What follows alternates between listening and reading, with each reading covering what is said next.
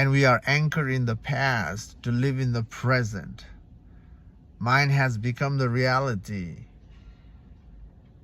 which is not even true.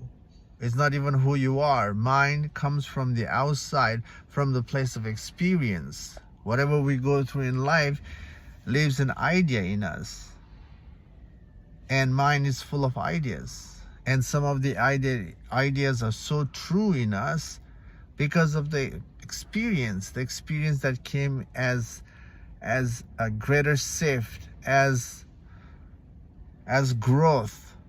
And those are the ideas ingrained in us, and we are moving with those ideas as a preference, as a belief. And when we rely on our past, we naturally ignore who we are. Latching onto our mind also makes us know that we don't know who we are. Anything we attach heavily, cling onto, that shows that we don't know who we are. And when we don't know who we are, there's a struggle, there's a pain, there's a fear, there's a fluctuation.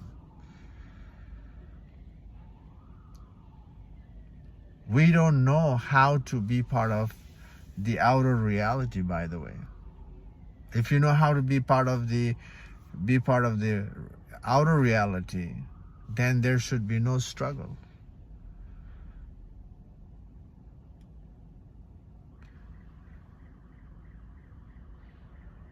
When we are having fun in the outer reality, we don't want to let go. That isn't it. We want to prolong the fun. We prolong the joy. We want to prolong everything that is good. We forget that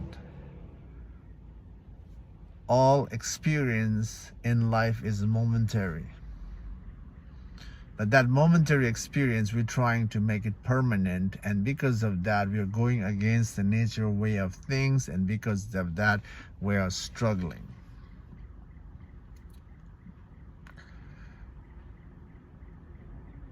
So, if you don't want to struggle, we must question everything in life.